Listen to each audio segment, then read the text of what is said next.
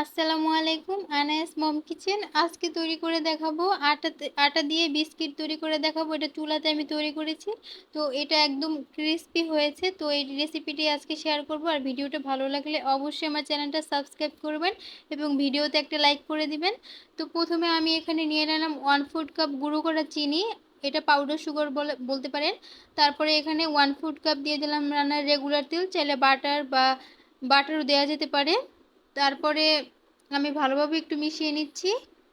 আর একটু সময় নিয়ে ভালোভাবে মিশাবেন যাতে চিনিটা গলে যায়। তারপর এখানে আমি দিয়ে দিলাম একটা চালনিতে, এখানে 3 টেবিল চামচ নিয়ে নিলাম ভেষনটা আপনারা চাইলে বাদও দিতে পারেন। তারপরে 3 টেবিল চামচ দিয়ে দিলাম আটার পরিমাণটা আর একটু বাড়িয়েও নিতে পারেন। তো আমি খুব বেশি বানাবো না, তাই অল্পই পরিমাণে নিলাম। তারপরে দিয়ে ভালোভাবে চেড়ে নিচ্ছি। চাইলে এখানে সুজিও দিতে পারেন, তাহলে আরও বেশি খাস্তা হবে। সামান্য একটু বেকিং পাউডার দিচ্ছি, আর 2 চা চামচ দিয়ে দিলাম গুঁড়ো দুধ, আর সামান্য একটু ঘি দিয়ে দিলাম। এতে করে একটু ভালো সুন্দর একটা ফ্লেভার আসবে। তো এভাবে মাখিয়ে নিলাম। আর মাখানো হয়ে গেলে এখানে আমি 1 টেবিল চামচ পানি দিয়ে দিলাম। আপনারা চাইলে দুধও দিতে পারেন। তো পানির বদলে পুরো কিন্তু আপনারা তেল দিয়েও এই ডোটা তৈরি করতে পারেন। তো আমি পানি দিয়েছি, এতে করে একটু বেশি ক্রিস্পি হবে। তা আবারও 1.5 টেবিল চামচ মোট পানি দিয়েছি, দিয়ে আমি ভালোভাবে একটা ডো তৈরি করে নিলাম। তো এই পর্যায়ে একটু মনে হচ্ছে তেল আরও বেশি, তারপরে আমি আরেকটু আটা দিয়ে ভালোভাবে মেখে নিচ্ছি। তো মেখে নিয়ে একটা বোর্ডে নিয়ে নিলাম। আমি এইভাবে করে ঘুরিয়ে ঘুরিয়ে একটা স্কোয়ার শেপের মতো করে নিচ্ছি। আপনারা আপনাদের পছন্দ মতো যে কোনো শেপ দিতে পারেন।